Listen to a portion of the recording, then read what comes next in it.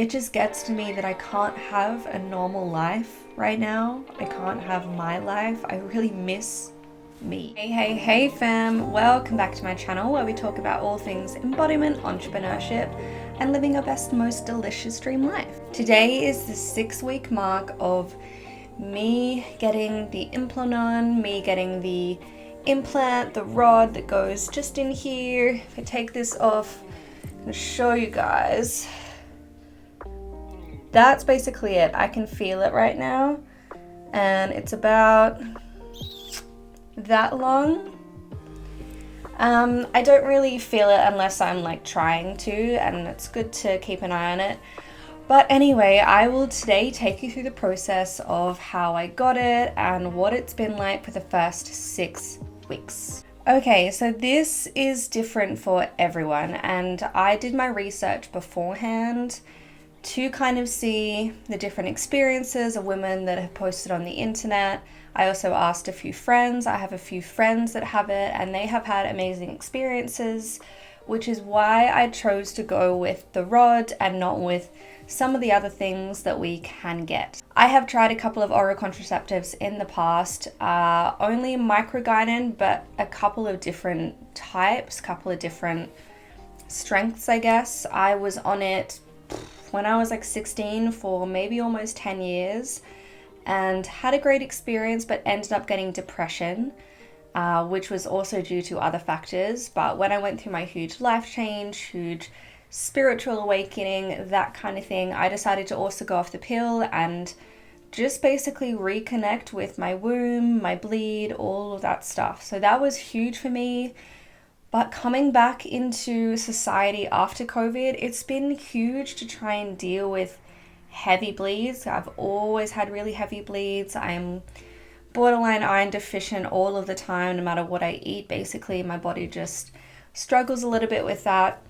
So having heavy bleeds and having to go to work, especially when I'm only casual and I seem to only get days when I'm bleeding or when I'm recovering or the days leading up to it or something like that, and it's been really, really difficult. Because of COVID, I don't, like a lot of us, have a huge pool, a huge little nest egg that I can just draw from whenever I'm sick or bleeding and not really supposed to go to work. That is something that I think society needs to hurry up and get along with, because whether it's casual or full-time work, you have to take out your sick pay just for your bleeds.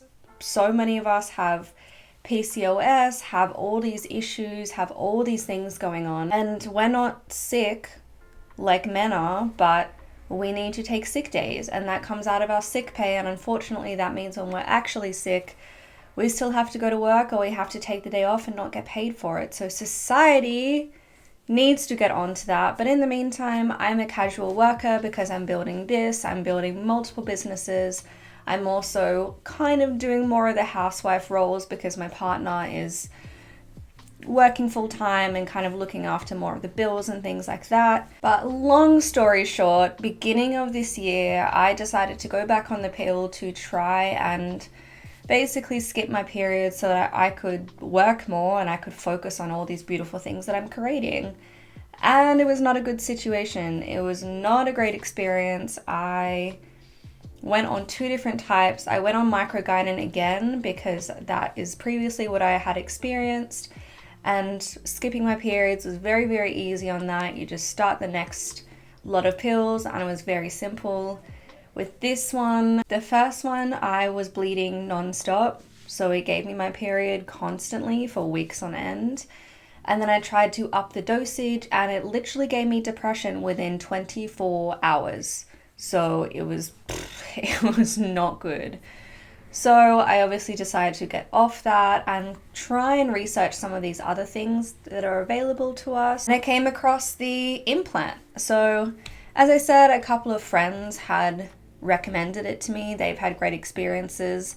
My experience has not been great. Basically, there's 3 things that can happen once you get it. And one of them is you will not get your period at all. Second is you will get your period constantly. And third is you kind of spot and it may or may not stop. Both of my friends that had it had great experiences. They don't have their periods, and if they do, it's every now and then, and it's very light, and it's very easy to deal with. However, I will literally show you guys the tracker that I have on my Clue app, which highly recommend, especially if you're going through this process. I didn't bleed for the first maybe week that I got it, which was during my wedding day, and that was amazing. I did not want my period on my wedding day. I had a massive bruise, but it was fine. I kind of like hid it in my photos and things. But I thought it was great. First week without any period, my period was due like almost the day after I got the implant.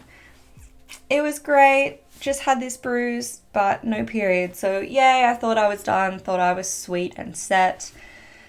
And then I started spotting and had heavy bleeds and still had the migraines and things and the cramps and all the things that come with it.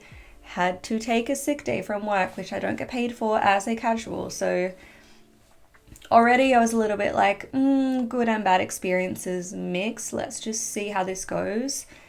They basically tell you to wait at least 3, if not 6 months before you make any decisions about removing it or taking oral contraceptive alongside it in order to stop the basically constant bleeding if that's something that you experience. So I am trying my hardest to wait it out, but anybody that has had heavy bleeds, honestly, even if you haven't had heavy bleeds, you're just a woman, you are someone with a womb space, you experience periods, you will know how completely debilitating it can be to be bleeding constantly through important events or important life events or days when you just really don't want to deal with it, or work days, but to actually be bleeding every single day. This has been a whole situation. This has sucked. But I'm going to keep going because the alternative can be so worth it. If I can stop my bleeds, if I can at least get my body used to this hormonal implant situation, if we can at least stop the heavy bleeds and kind of have them be lighter and still the regular ones, like whatever, that's fine. That will help loads. But I've literally been bleeding every single day since I got it, minus that first week and minus 2 to 4 days here and there. Like, my friend said she spotted over the first 3 months and then has not had a period since. She's had hers for like 6 months now. I haven't been spotting. I've been just bleeding. It's basically between the light and medium stages of what used to be my period. It's not heavy. It's not like cupfuls every single day kind of situation, which is great, obviously. But I don't know how heavy it's going to be. I don't know if I'm going to wake up in the middle of the night and be like, oh crap, like I need to wear an extra pad tonight or something else. It's also not usually enough or reliable enough to wear a full tampon during the day or a cup. I used to rely on my cup, my menstrual cup, constantly. That was amazing. Saved so much money as well. I have spent like hundreds of dollars now over the last 6 weeks, which is nuts, on period stuff. I basically have decided to just go with buying the period underwear, and that has been amazing for me. I just wear it for a day and then I change them, put them in the washing basket, and wear a different one overnight and then do the same. I have about 5 pairs now and they're at least $20 to $40 each Australian, so it's a bit of a situation to get them, but it makes me feel so much more free. Just have that there, and also you just have to wash them. You'd save a lot of money with all these like products and things. I honestly don't know how long this is going to go for, but it's already a situation and I'm already so sick of it. Like, I'm so sick of bleeding all the time. My skin has kind of gotten a little bit better. I've also changed my diet a little bit, and I think that is also maybe because of how much I'm bleeding.